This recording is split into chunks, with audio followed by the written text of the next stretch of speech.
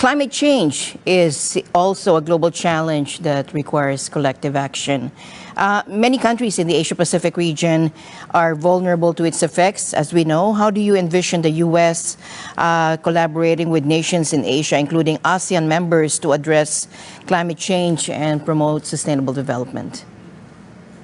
You know, I really want to help change the narrative away from climate to environment.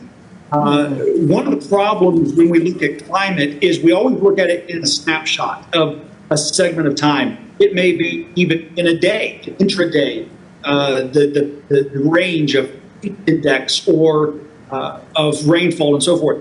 Same thing with winters. But if you start to the longer you extrapolate that and you start looking at trends over the course of 100 years or 300 years, you actually start to see patterns. What we refer to as climate change because of of course it's always changing, but when you zoom out, you actually see that it's been a fairly consistent pattern throughout the recorded history that we have on climate. So what we can focus on and where we can affect change, you have to focus on what the problems you can solve. And environment is one that we greatly contribute to. We can have clean water.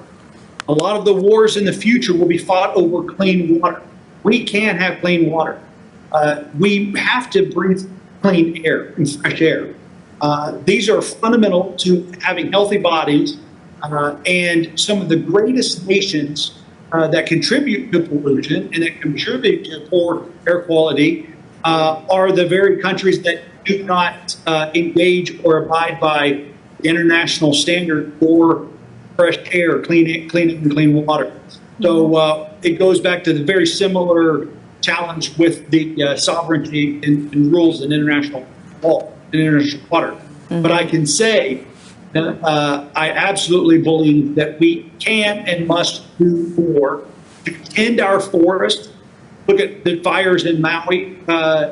Absolutely tragic what is happening. But you cannot just take a hands-off approach to the environment. We are supposed to tend the earth. We have to manage the earth. We have to, if you don't clean the brush, the underbrush, then you create kindling in forests. If you do not take care of the oceans, if you do not take care of our drinking water and of the air, it does come back and harms our bodies with toxins. And then it creates poor performance. People are tired, they're depressed, they don't produce as much, and then national GDP is affected. It is an absolute system, and you have to fix the cog.